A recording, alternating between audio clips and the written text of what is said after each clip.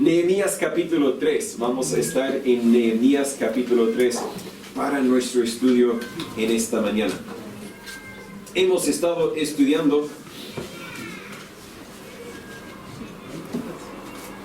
tengo que recordarme dónde queda Nehemías.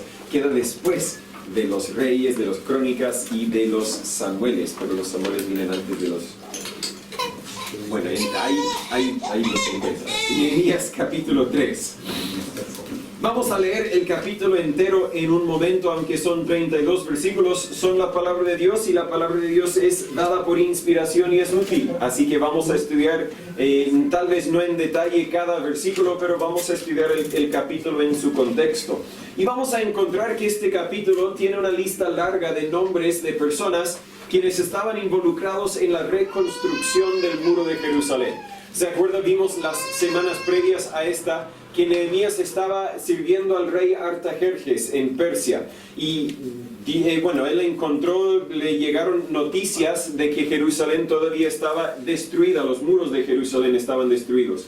Y bueno, ¿qué importa si los muros de una ciudad están destruidas? Hoy día las ciudades no tienen muros. Pero en aquel entonces, si la ciudad no tenía muro, uno estaba sin defensa. Sería básicamente parecido a aquí en Chile, tener una casa sin una pandereta. Usted sabe, los delincuentes vendrán a su casa porque no hay pandereta, no hay seguridad ahí. Y lo mismo sucedía en esos tiempos. Si una ciudad estaba sin muros, básicamente estaba sin defensa.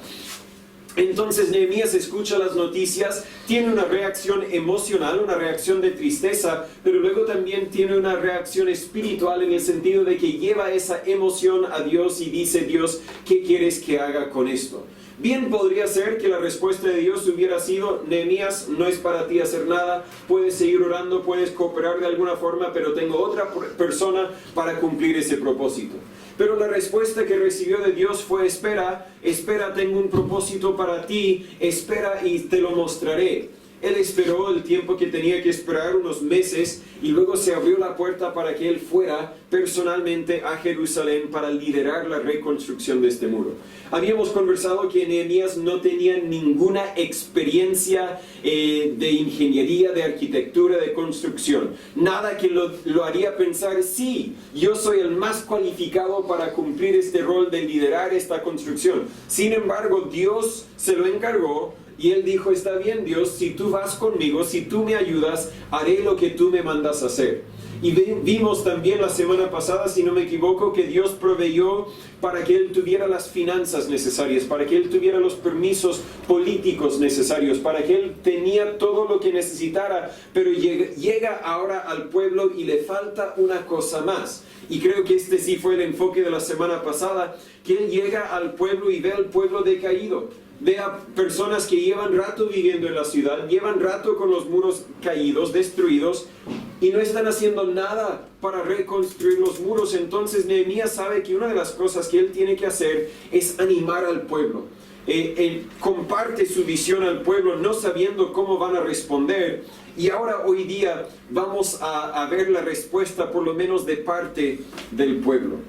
Cuando leemos estos nombres, quizás para nosotros son personas desconocidas. Para nosotros quizás son personas de poca importancia. Pero estas son personas quienes importaban a Dios lo suficiente para incluirlos en su palabra. Nuestros nombres quizás importan muy poco para las personas fuera de este lugar, para el resto del mundo. Y en unos 100 años nuestros nombres importarán aún menos. Pero Dios nos conoce mejor que nosotros mismos nos conocemos. Y vamos a ver que este capítulo se enfoca en la obra de edificar los muros, y vamos a hacer algunas aplicaciones para nuestra iglesia, porque nosotros también tenemos muros que edificar, y no me refiero exclusivamente a los muros de ladrillo que estamos edificando aquí al lado, pero tenemos un trabajo, una responsabilidad que cumplir que Dios nos ha dejado. Nehemías capítulo 3, bienvenidos. Nehemías capítulo 3, versículo 1, la Biblia dice: y se levantó Eliasib, el sumo sacerdote, con sus hermanos los sacerdotes, y edificaron la puerta de las ovejas. Ellos aparejaron y levantaron sus puertas hasta la torre de Mea, aparejándola hasta la torre de Ananeel. Ahora, podríamos tomar el día entero explicando el significado de esta puerta y la torre y viendo en una mapa, pero no tenemos que entender todo para entender lo que yo entiendo que es el propósito de Dios para nosotros hoy día. Número 2, versículo 2. Y junto a ella edificaron los varones de Jericó, y luego edificó Zacur, hijo de Imri. Y los hijos de Sená edificaron la puerta del pescado. Ellos la enmaderaron y levantaron sus puertas con sus cerraduras y sus cerrojos. Y junto a ellos restauró Meremot, hijo de Urías, hijo de Cos, y al lado de ellos restauró Mesulam, hijo de Berequías, hijo de Mesesabel. Junto a ellos restauró Saudoc, hijo de Bana. E inmediato a ellos restauraron los tecuitas, pero sus nobles no prestaron su servicio a la obra de su señor. La puerta antigua fue restaurada por Joiada, hijo de Pasea, y Mesulam, hijo de Besodías. Ellos la enmaderaron y levantaron sus puertas con sus cerraduras y sus cerrojos. Junto a ellos restauró Melatías, Gabaonita, y Jadón, Meronotita, varones de Gabaón y de Mispa, que estaban bajo el dominio del gobernador del otro lado del río. Y junto a ellos restauró Uziel, hijo de Araía, de los plateros, junto al cual restauró también Ananías, hijo de un perfumista. Así dejaron reparada a Jerusalén hasta el muro ancho. Junto a ellos restauró también Refaías, hijo de Ur, príncipe de la mitad de la región de Jerusalén. Asimismo restauró junto a ellos y frente a su casa Jedaía, hijo de Arumaf. Y junto a él restauró a Tus, hijo de Asabnías. Malquías, hijo de Arín, y Asub, hijo de Moab, restauraron la otra medida, y la torre de los hornos. Junto a ellos restauró Salum, hijo de Loes, príncipe de la mitad de la región de Jerusalén, él con sus hijas. La puerta del valle la restauró Anún con los moradores de Sanoa. Ellos la reedificaron y levantaron sus puertas con sus cerraduras y sus cerrojos, y 1000 codos en el muro hasta la puerta del muladar. Y reedificó la puerta del muladar Malaquías, hijo de Recab, príncipe de la provincia de Bet-Aquerem. Él la reedificó y levantó sus puertas, sus cerraduras y sus cerrojos. Y Salum, hijo de Colose, príncipe de la región de Mispa, restauró la puerta de la fuente. Él la reedificó y la enmaderó, y levantó sus puertas, sus cerraduras y sus cerrojos. Y el muro del estanque de Siloé hacia la huerta del rey, y hasta las gradas que descienden de la ciudad de David. Después de él restauró Nehemías, hijo de Azbuc, príncipe de la mitad de la región de Betsur, hasta delante de los sepulcros de David, y hasta el estanque labrado, y hasta la casa de los valientes. Tras él restauraron los levitas, Reum, hijo de Bani. Junto a él restauró a Sabías, príncipe de la mitad de la región de Keila, en su región. Después de él restauraron sus hermanos, Babai, hijo de Enadad, príncipe de la mitad de la región de Keila. Y junto a él restauró Eser, hijo de Jesúa, príncipe de Mispa, la otra medida frente a la subida de la armería de la esquina. Después de él Baruch, hijo de Sabai, con gran fervor restauró otro tramo, desde la esquina hasta la puerta de la casa de Eliasib, sumo sacerdote.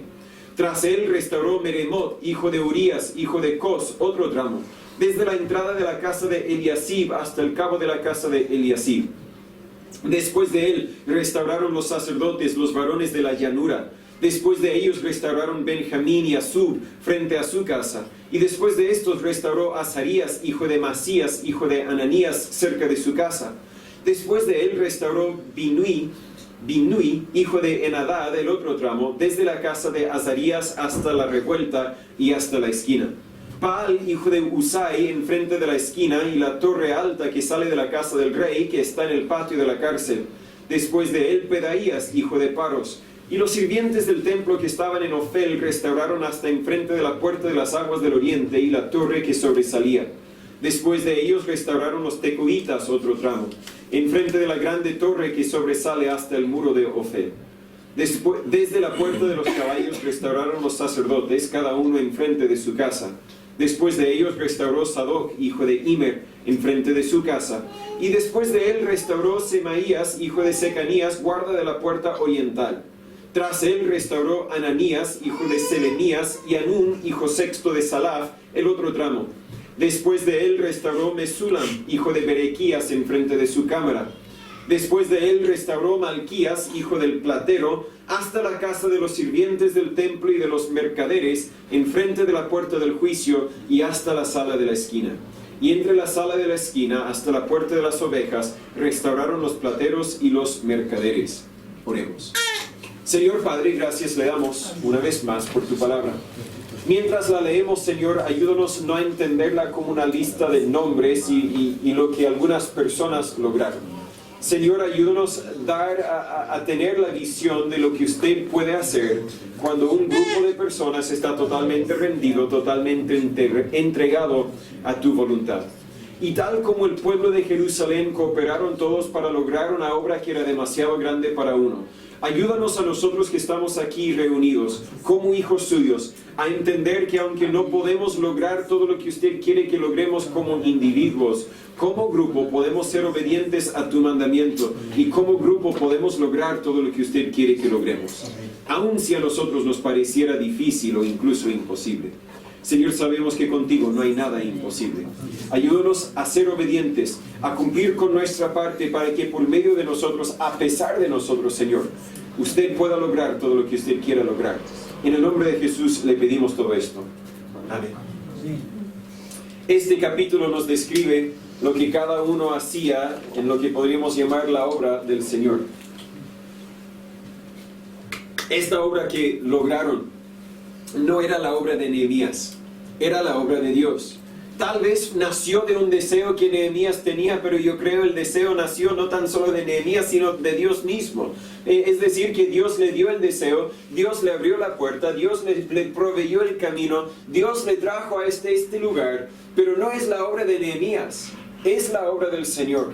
Y no es simplemente Nehemías el responsable de reconstruir los muros, sino es cada uno que vino y reconoció, yo también tengo una responsabilidad aquí, yo también puedo cooperar, tal vez no puedo hacer lo que otra persona hace, pero puedo hacer algo y voy a hacer lo que puedo hacer.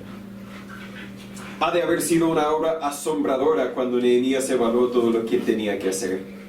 Pero con un grupo de personas dedicadas a la obra, y un hombre dedicado a la organización, la exhortación, empezaron a trabajar.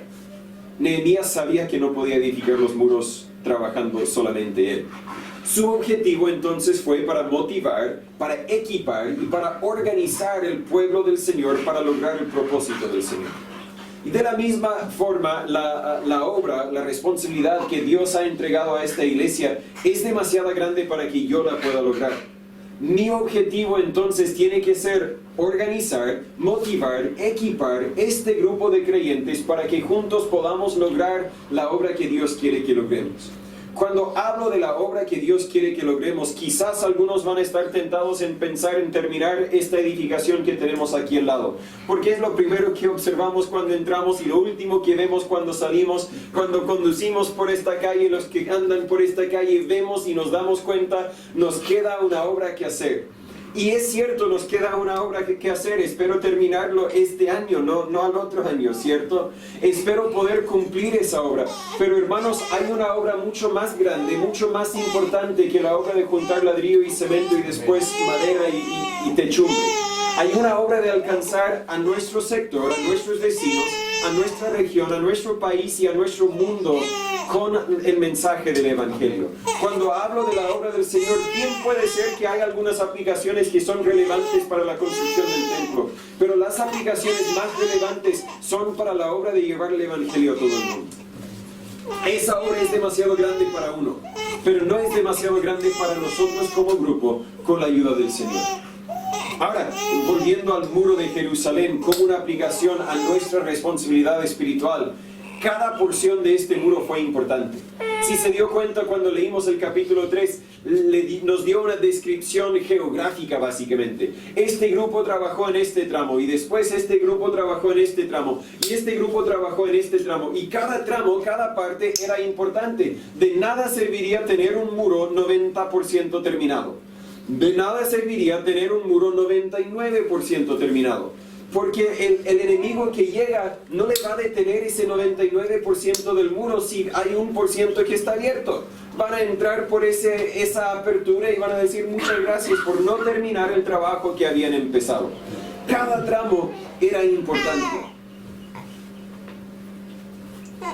Y si una porción no fuese reedificada, de muy poco serviría la obra completa. Lo que uno no podía hacer, otro tendría que hacer. Observa la organización y la cooperación que se requería para lograr la voluntad de Dios, para poder cumplir la obra del Señor. Primero observo que había un rol para cada persona. Habían distintas personas con distintas habilidades en Jerusalén. Habían personas distintas con edades distintas, con estados físicos distintos, pero la Biblia no detalla, y tal persona como no podía hacer nada, no hizo nada. La Biblia detalla, hicieron esto, hicieron el otro, y pienso, solo es mi especulación, que quizás muchas veces cuando la Biblia detalla esta persona, hijo de esta persona, en parte entiendo que era la cultura judía. Tu ascendencia, tu descendencia importa, tus ancestros, ¿quiénes eran? Eran muy importantes y todavía son muy importantes para el judío.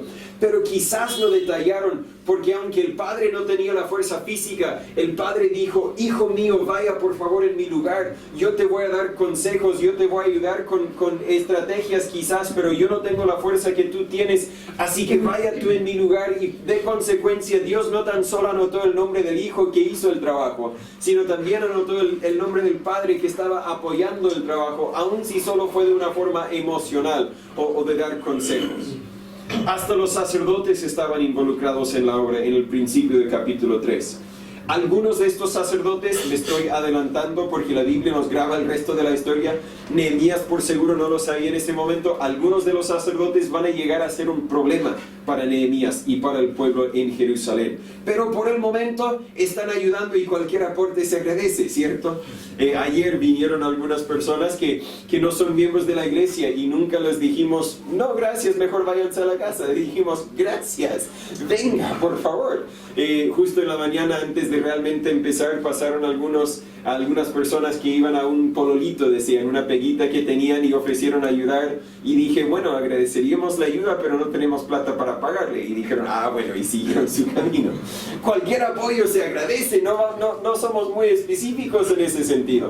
En versículo 12 la Biblia nos detalla que no tan solo era Salum, hijo de Loes, príncipe de la mitad de la región de Jerusalén, una persona de importancia, sino que trabajaba él con sus hijas. Y algunas hermanas al leer eso pensaron, no, por favor, yo no quiero trabajar en eso. Y otras hermanas pensaron, mire, hasta las hermanas pueden trabajar, así que permítame ayudar, por favor. No sé, hay algunas hermanas que quizás quieran ayudar y otras hermanas que felices no ayudan. Hay hermanos que felices quizás buscarían otra cosa. En versículos 8 al 9 también tenemos detallado algunos hijos de empresarios, hijos de políticos. En versículo 17 los levitas contribuyeron. Y leemos más adelante de personas de la región de Keila. Ellos no eran de la región de Jerusalén, no era su responsabilidad, pero ellos igual dijeron, ¿sabe? Podemos venir y podemos ayudar. Y en ese sentido hay momentos cuando gente viene de otras iglesias, incluso de otros países, y dicen, pastor, iglesia, queremos ayudar, tal vez tenemos una semana, tal vez tenemos un mes, pero queremos hacer algo para ayudar. Y no decimos, no, esto no es tu responsabilidad, decimos, amén, adelante, vamos a ver cómo pueden ayudarnos. Había un rol para cada persona. Parece que muchas personas dijeron, tal vez no puedo hacer lo que él o ella están haciendo, pero puedo hacer algo. El día de ayer yo dije, yo no puedo hacer lo que Emilio está haciendo de pegar ladrillo. Parece fácil, pero por seguro si yo me pongo a hacerlo se va a notar que lo hice yo y no él. ¿Verdad? Uno que no sabe hacerlo mejor no lo hace. Pero puedo hacer algo. Vinieron hermanas quienes dijeron, quizás no tengo mucha fuerza para la pala, pero sé preparar arroz y sé preparar pollo y por seguro lo hicieron mejor que yo lo podría hacer. Todos nos dimos cuenta que algo podemos hacer, quizás no puedo hacer lo que el otro está haciendo, pero algo podemos hacer y algo hicimos. En la iglesia, espiritualmente hablando, también hay un rol para cada persona. Primera de Corintios 12 y Romanos 12 nos detallan que el Espíritu Santo da un don espiritual a cada cristiano. y luego los coloca en una iglesia para que cada uno pueda involucrarse en el objetivo de la iglesia, la obra del Señor. No voy a leer de 1 de Corintios 12 ni Romanos 12, pero puede estudiarlo más adelante. El propósito, el punto ahí es que Dios nos capacita, nos da una función que cumplir y luego nos coloca dentro de una iglesia para que dentro de esa iglesia podamos cumplir el rol que Dios quiere que cumplimos. Todos eran esenciales.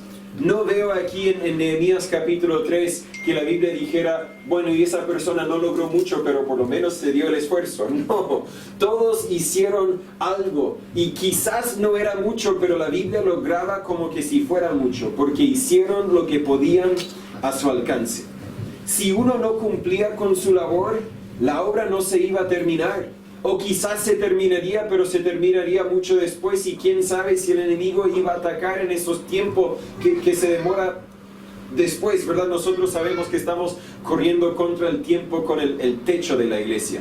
Sabemos que ahí por más o menos en abril van a empezar a llover más que habrá sol quizás. Y sabemos que tenemos tiempo limitado y por lo tanto cada uno es importante. Si poco lograste, ese poco realmente es mucho si nos ayuda a poner el techo antes de que viene la lluvia dura. Volviendo a lo espiritual, todos tenemos un rol que cumplir. Pero no tan solo eso, sino había lugares diferentes para cada persona. No tan solo funciones quizás, pero lugares distintos para cada persona. Y con eso quiero destacar otra vez, como la Biblia dice, nos graba en capítulo 3, que estas personas trabajaron en este tramo, y estas personas en este tramo, y estas personas en este tramo. La Biblia nos dice en 1 Corintios 12:4, ahora bien hay diversidad de dones, pero el mismo Espíritu es decir, Dios nos ha creado para cumplir roles distintos. No todos estamos creados para cumplir el mismo rol dentro de la iglesia. Parece que un grupo se enfocaba en una porción, y no era que este grupo eran todos albañiles, por ejemplo, sino que dentro de este grupo se dividieron la pega, tal como nosotros dividimos la pega el día de ayer. La pega, para el que no es chileno y quizás está escuchando, no estamos a hablar de pegar a nadie, sino el trabajo, ¿verdad? Dentro de ese grupo habían algunos que pegaban los ladrillos, que levantaban las piedras en cierto sentido. Habían otros quizás quienes iban a traer las piedras. Habían otros quizás que preparaban la mezcla, estoy imaginando. Habían otros quizás que dijeron, nos vamos a encargar de traerle el agua y preparar el almuerzo. Habían otros quizás quienes dijeron, ¿sabe? Nosotros nos encargamos de cuidar los niños para que ustedes dos, no tan solo el esposo sino también la esposa, pueden ir a trabajar y vamos a ver la forma en que podemos contribuir. No todos podemos hacer la misma cosa, pero todos podemos hacer algo.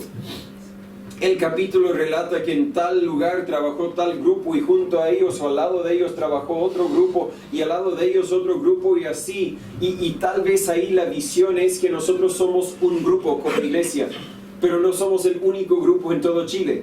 Hay otras iglesias que también están trabajando en otros lugares y también están trabajando en la misma obra que nosotros, porque nuestra obra no es edificar esta iglesia, nuestra obra es exaltar a Cristo, compartir el Evangelio, y Él edificará esta iglesia. En el proceso de cumplir la misma obra que cada iglesia bíblica debería tener, Dios se va a encargar en edificar y levantar esta iglesia. En la misma forma, dentro de esta iglesia no todos deberíamos tener el mismo enfoque. Claro que todos debemos ser testigos, porque eso es parte de la voluntad de Dios para cada persona. En Marcos 16:15, Jesús dijo, id por todo el mundo y predicad el Evangelio a toda criatura. No estaba hablando solamente a los líderes de una iglesia, yo creo que estaba hablando a los miembros de esa iglesia. Cada cristiano, especialmente los miembros de iglesia, pero aun si usted no es miembro de ninguna iglesia en este momento, creo que este mandamiento es para usted. Debemos compartir el Evangelio, predicar el Evangelio a toda criatura. Y eso tampoco requiere un gran don, simplemente requiere el Espíritu Santo. En Hechos capítulo 1 versículo 8, Jesús dice, pero recibiréis poder cuando haya venido sobre vosotros el Espíritu Santo, y me seréis testigos. Es decir, uno no puede decir, bueno, yo no tengo el don de testificar. ¿Tienes el Espíritu Santo? Entonces tienes el don de testificar, tienes la responsabilidad de testificar. Quizás hay otros quienes testifican mejor que tú, a tu parecer. Pero hay personas a quienes tu testimonio podrá alcanzar de una forma quizás mejor que el testimonio de otra persona. El punto aquí es que todos debemos involucrarnos en ese aspecto de la obra. Pero Dios entrega dones distintos porque tiene lugares o roles distintos para cada persona dentro de la iglesia. Algunas personas deben enfocarse en la predicación, pero otros quizás en ministrar o servir con necesidades físicas. Otras personas quizás son buenos para simplemente pasar tiempo con personas, para animarlos, para consolarlos o lo que sea. Yo no soy bueno para cada aspecto del ministerio de la iglesia. Dios no me hizo como una herramienta que pueda hacerlo todo.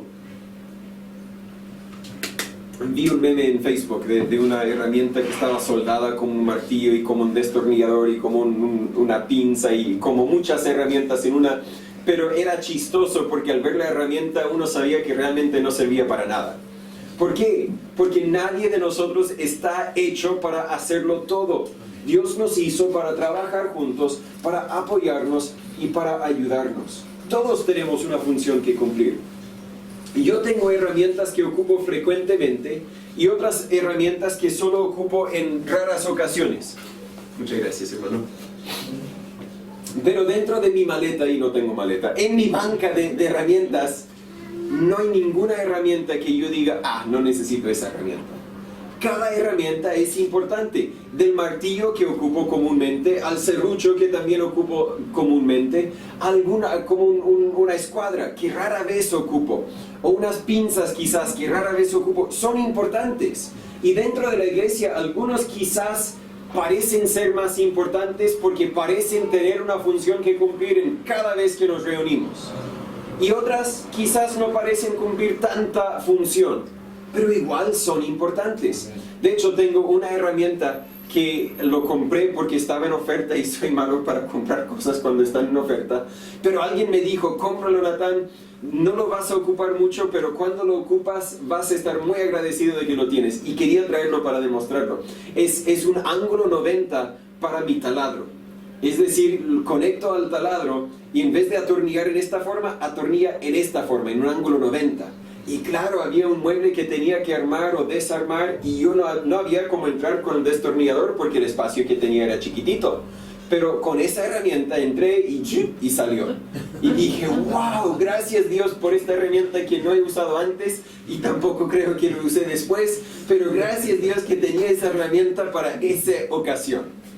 Hay cristianos así también, que quizás tu rol dentro de la iglesia no parece ser importante porque no haces mucho todos los días, pero de vez en cuando Dios tiene algo para ti y aunque no lo veas, los hermanos estamos diciendo, gracias Dios que proveíste esta persona para este momento, para entregar esa palabra, para hacer esa cosa, para lo que sea. Gracias Dios por las herramientas que has juntado en nuestra banca, en nuestra maleta de herramientas. Varias veces también en capítulo 3 la Biblia menciona que uno estaba trabajando en la porción del muro que estaba cerca a su casa. Entiendo que en esa cultura no era incomún tener casas construidas en el muro, que básicamente aprovecharon un muro. Ahora solo tengo que construir 3 muros de mi casa. Si esa fuera tu casa, por seguro vas a trabajar ahí. Por seguro vas a dedicarte a esa parte. Porque esa es la parte que más te interesa, más te preocupa, más te urge tenerlo hecho. Y creo que la primera responsabilidad que Dios tiene para cada uno de nosotros es tu hogar, es tu familia. Cuando eso está bien ordenado, cuando tu casa, cuando tu familia está bien ordenado, entonces puedes buscar otras áreas de servicio. Pero si tu hogar tiene fallas, no digo que no deberías buscar cómo servir, sino digo que deberías buscar cómo servir en formas que van a fortalecer a tu familia. A veces llegamos a cometer el error de decir, es que tengo problemas en mi familia, así que mejor dejo de servir en la iglesia. Bueno, quizás uno debería dejar de predicar o enseñar a los niños a hacer una de esas funciones más visibles y quizás más impactantes en cierto sentido, porque anda un poco distraído con dificultades de la familia. Pero el problema es, o el peligro es cuando uno dice, tengo tantos problemas en mi familia que mejor dejo de ir a la iglesia por un rato para encargarme de mi familia. No, ahí vas a aumentar los problemas en tu familia. Sigue viniendo a la iglesia y al simplemente venir a la iglesia estás sirviendo en la iglesia. Al simplemente venir y cantar, wow, qué gozo da escuchar las voces. Me distraí un poco tocando y perdí mi lugar porque estaba viendo las caras y regocijando al ver a los que Dios ha traído para simplemente alabar su nombre juntos. Cuando me siento atrás pierdo esa bendición, lo siento los que se sientan atrás, sé que lo hacen para no distraer a los demás con el ruido que los niños pueden hacer, pero de vez en cuando tiene que sentarse aquí enfrente donde disfruto de todas las voces unidas. Al simplemente venir estás sirviendo. Al simplemente venir y saludar a los hermanos con una sonrisa, con un abrazo, con un beso, qué gran gozo verlo hoy día. Estás sirviendo. Así que no dejes de servir a Dios si tienes problemas en tu familia. Pero si tienes dificultades en tu hogar, busca cómo servir a Dios con tu familia. Busca cómo servir a Dios para fortalecer a tu familia. Aquí en Jerusalén nadie podía hacerlo todo, pero todos podían hacer algo. Por lo tanto, ¿dónde puedes servir? ¿Qué puedes hacer? Nos puede llegar la tentación de venir, de sentarnos y no hacer nada. Pero no debemos venir a la iglesia solo para ser edificados, sino también para poder edificar a otros. No tan solo eso, sino también quiero destacar que algunos van a trabajar mientras que otros observan. En versículo 5 de Nehemías capítulo 3, la Biblia dice: e inmediato a ellos restauraron los tecoitas, pero sus nobles, es decir, los nobles de los tecoitas, no prestaron su servicio a la obra de su Señor. No dice que no prestaron su espalda. Ahora quizás uno es muy viejito y ya no puede prestar su espalda, pero puede hacer algo.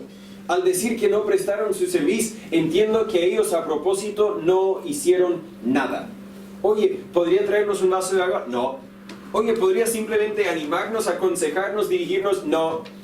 Nosotros vamos a hacer nuestra cosa porque realmente no queremos contribuir nada en la obra que están haciendo. No creemos en la obra que están haciendo, creemos que va a fallar. No sé cuál fue el motivo, la Biblia no lo detalla, pero algunos van a trabajar mientras que otras personas no hacen nada. Los tecoitas entiendo que trabajaron duro, trabajaron bien, mientras que sus líderes no cooperaron para nada. Es parecido a los que quizás dicen, bueno, oraré por ti. Y eso no más. Es una buena labor que haces, oraré por ti. Pero cuando hay oportunidades para ayudar, se me olvidó mencionar que deberíamos seguir orando para la obra que el hermano Alan quiere empezar. No creo que él quiere empezar, Dios quiere empezar en Candelaria. Pero cuando tengas la oportunidad de ir, yo no sabía, pero hay reuniones los días martes donde voy a estar predicando yo a las 7 de la tarde, pero también el día sábado a las 6, si no me equivoco. Y él con su hermano Octavio van a turnarse con la predicación ahí. Entonces quizás uno no puede ir el día martes, quizás no puede ir siempre, pero de repente tiene tiempo para ir, vaya. Pero es que no voy a hacer nada. No me digas que no vas a hacer nada. Vas a animar al que está predicando, vas a animar al que hizo todo el trabajo para organizar la reunión. Vaya cuando puedas, no digas simplemente estaré orando por ti. Vaya de vez en cuando, quizás no puedes ir todos los días, pero de vez en cuando, claro, podemos hacer más que simplemente decir estoy orando por ti. Estos creo que ni dijeron bueno, estaré orando por ti. Al parecer no hicieron nada. Pero no te enfoques en las personas que no hacen nada. Porque el enfoque de Nehemías no está en los que no participaron, sino está en los que echaron la mano. En versículo 27, leemos de los tecoitas en versículo 5, pero en versículo 27 dice, después de ellos restauraron los tecoitas otro tramo. Es decir, ellos cumplieron su parte, pero reconocieron, nuestros líderes no participaron, así que aún nos falta, somos responsables para trabajar doble en cierto sentido. Vamos a hacer algo más. Otros lograron mucho. En versículo 13 la Biblia dice, la puerta del valle la restauró Anún con los moradores de Zanoa. Ellos la reedificaron, levantaron sus puertas con sus cerraduras y sus cerrojos y 1000 codos en el muro hasta la puerta del muladar. Algunos quizás solo la puerta o solo la porción del muro. Ellos la puerta y el muro. Vamos a lograr mucho si Dios nos ayuda. Y ese de hecho es el único lugar donde este capítulo graba la distancia de la obra de un grupo. Podemos desanimarnos al enfocarnos en las personas que no hacen nada, pero podemos animarnos al ver las personas que están logrando algo. Mire, quizás ellos no están haciendo mucho, pero acá mi hermano está haciendo mucho para Dios. Mire, allá quizás esas personas, esa familia quizás no ha llegado a crecer mucho en su caminar con Dios. Realmente no ha sido muy fiel a la iglesia, pero gracias a Dios tenemos estas familias que están sirviendo de nuestro lado. Veo también, número 4, que la obra debería ser completa y precisa. Cuando digo precisa, quiero decir que tenían que completar este proyecto, esta obra, según el diseño. Una frase que se repita varias veces, no las conté en el capítulo, es, por ejemplo, el versículo 6, al final dice, ellos la enmaderaron y levantaron sus puertas, y nota la frase, con sus cerraduras y sus cerrojos. Yo, algunos ya me conocen, soy flojo. Yo, si me dan un trabajo que hacer, busco la forma más básica de hacerla. No siempre, pero muchas veces. Busco la forma más fácil de hacerla, en vez de siempre buscar la forma correcta de hacerla. Por eso es muy importante que el hermano Pedro me acompañe, porque él no es como yo y él, no, tenemos que hacerlo así de vez en cuando. Y hay otros hermanos que también me dan un buen equilibrio de no siempre buscar la forma más floja, más fácil de hacerlo, sino también hacerlo de la forma correcta. Pero para reedificar el muro, no tan solo tenían que poner la puerta, también tenían que poner sus cerraduras y sus cerrojos. Podría ser un detalle pequeño, pero era un detalle importantísimo, porque sin eso, ¿de qué sirve la puerta? La obra tenía que ser completa y tenía que ser precisa. Había un plan. No era tema de que cada uno podía hacer lo que querían. Mire aquí, yo creo que con 1 metro alcanza el muro, por lo menos los carros no van a pasar, así que mi muro lo voy a construir de 1 metro. Y otros quizás, bueno, mi muro con puros palos, vamos a cortar algunas ramitas y listo. No, tenía que ser correcto, todos tenían que cumplir según el diseño. Tenían que hacer lo que les fue asignado.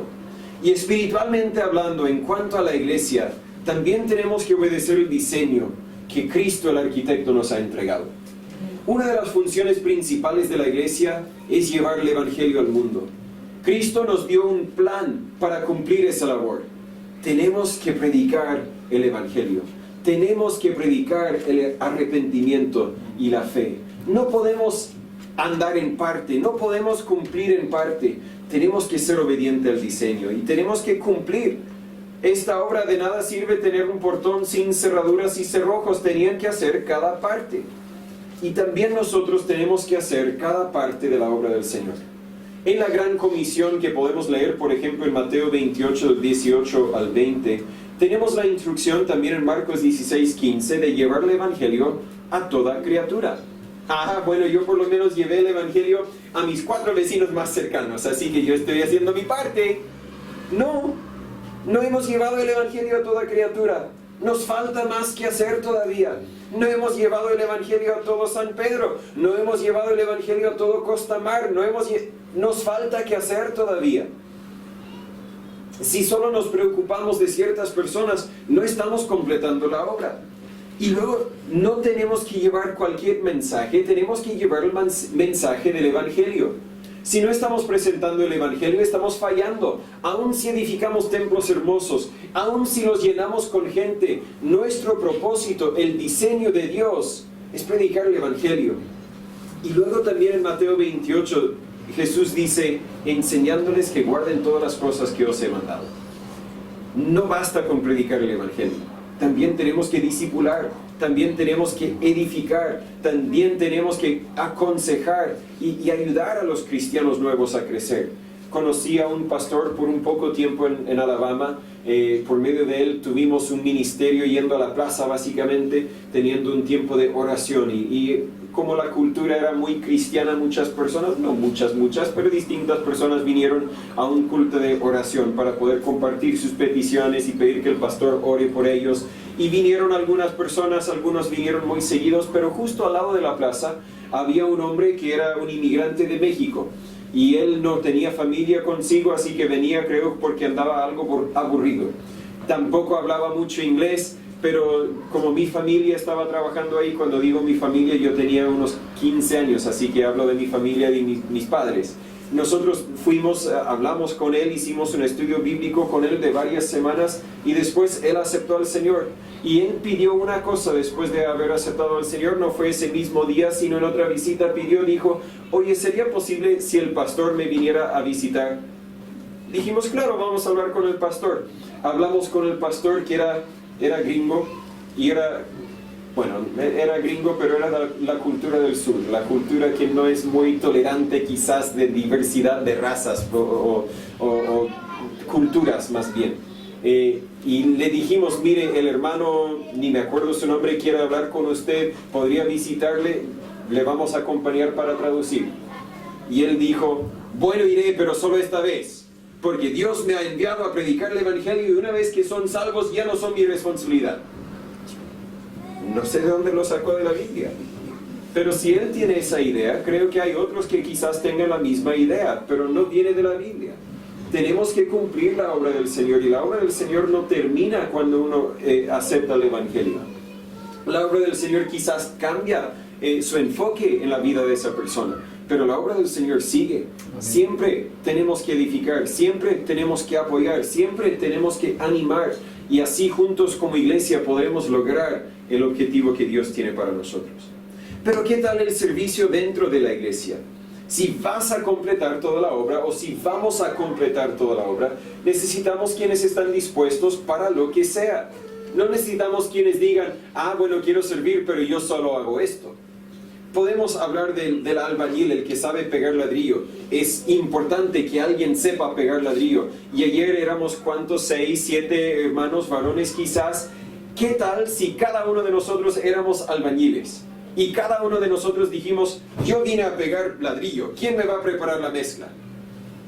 No se hubiera hecho nada, porque nadie se hubiera ofrecido a preparar la mezcla. Yo solo vine a pegar ladrillo, ¿quién? No, hasta los más expertos tenemos que estar dispuestos a hacer cualquier obra. ¿Por qué? Porque hay trabajo que hacer. Y si nosotros podemos, nosotros debemos. En el versículo 20 de Nehemías capítulo 3, la Biblia dice, después de él, Baruch, hijo de Sabai, con gran fervor, restauró otro tramo, desde la esquina hasta la puerta de la casa de Eliasib, sumo sacerdote. Parece que trabajó solo. Hay quienes les gusta trabajar solo, pero parece que también trabajó duro, porque trabajó solo. Nosotros también deberíamos ser dedicados a la obra del Señor con gran fervor, en vez de simplemente participar a medias o no participar de ninguna forma. Pero número 5, y es casi una conclusión, es maravilloso ver lo que se puede lograr cuando todos cooperan. Veremos más adelante que edificaron los muros en 52 días. Yo una vez hice el comentario medio chistoso de que quizás ni en 52 semanas vamos a levantar el templo. Pero luego lo pensé y dije, pero sabe, realmente estamos trabajando como un día a la semana, así que al final van a ser como 52 días, quizás algo parecido. Pero en 52 días ellos no construyeron un edificio de 100, 200 metros cuadrados. Ellos reconstruyeron un muro de varios kilómetros. Y ellos no tenían la maquinaria, las herramientas que nosotros tenemos, ellos tenían la fuerza nomás.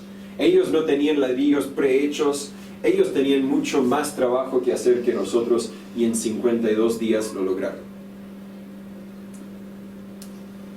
Yo no podría edificar una casa en 52 días. 52 días y lo que hicieron ellos. Es maravilloso ver lo que se puede lograr cuando todos trabajamos juntos. Ha de haber sido muy emocionante para ellos ver la obra terminada. Después de esos 52 días, no sé si hicieron un asado quizás y dijeron, vamos a celebrar todo lo que hicimos. Algunos están pensando, claro, hay que hacer un asado. Hay que terminar primero, los que quieren el asado, terminemos primero. Pero también ha de haber sido un poco emocionante ver el progreso, ¿cierto? Muchos me comentaron cuando tuvimos tan solo unos 20 centímetros saliendo de la tierra, y eso fue varios meses de trabajo para llegar a ese punto. Muchos me comentaron, se ve bien, y nos emocionamos. Y ahora llegamos y vemos la altura de los muros, y aún el cielo va a ser unos 40 centímetros más alto que ese ladrillo, y vemos, wow, este edificio va a ser algo grande, este edificio va a ser algo bonito. Podemos imaginar las ventanas, vimos las imágenes 3D, nos emocionamos a ver el progreso, quizás aún más de lo que nos vamos a emocionar cuando terminemos, no sé. Pero es emocionante ver el progreso. Pero tal como con nosotros, creo que los primeros días del trabajo de Nehemías eran un poco desanimadoras. Eran días de llegar y evaluar y empezar a retirar escombro y no podrían empezar a construir nada, y eran días difíciles, y los que trabajaron con nosotros sabemos lo que teníamos que excavar, y al siguiente día estaba todo caído y teníamos que volver a excavar, o el mismo día alguien pisó al lado y se cayó. Claro que nos desanimamos un poco, pero si seguimos trabajando, sabemos que va a haber progreso y vamos a lograr el objetivo que Dios quiere que logremos. Y de la misma forma, al principio de empezar esta iglesia, habían días desanimadores. Habían momentos cuando pareciera que no hemos logrado nada a pesar de mucho trabajo. Y luego vinieron días y momentos cuando algunas familias, una y luego otra familia, tal vez nunca dijeron, pastor, de aquí en adelante vamos a ser fiel, pero un día me di cuenta, ellos han tomado la decisión de que van a ser fieles, de que van a venir a cada culto que puedan venir, y fue emocionante ver el progreso desde mi perspectiva. No sé si pudieron compartir la misma perspectiva, y no sé en qué momento vamos a poder decir hemos terminado la obra. Creo que ese momento solo será cuando estemos reunidos en el cielo, y hermanos, créanme que ese día será un día emocionante, ver que la obra se ha completado.